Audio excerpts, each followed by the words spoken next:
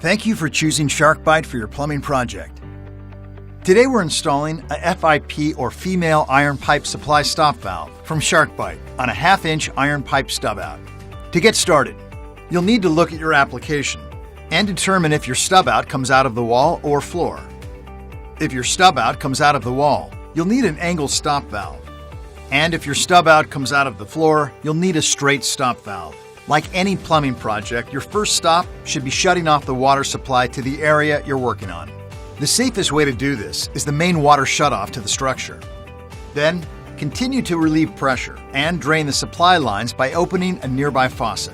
Some applications require only one stop valve, while others require 2 stop valves. Be sure to get the appropriate quantity for your project before beginning. If necessary, disconnect any supply lines and remove old stop valves.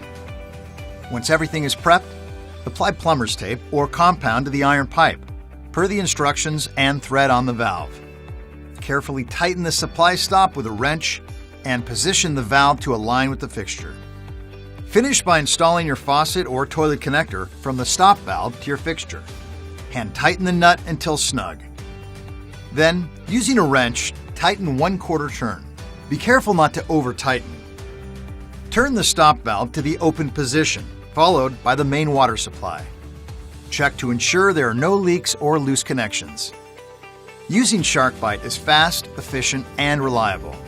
SharkBite offers supply connections for faucets, toilets, refrigerators, dishwashers, ice makers, and humidifiers.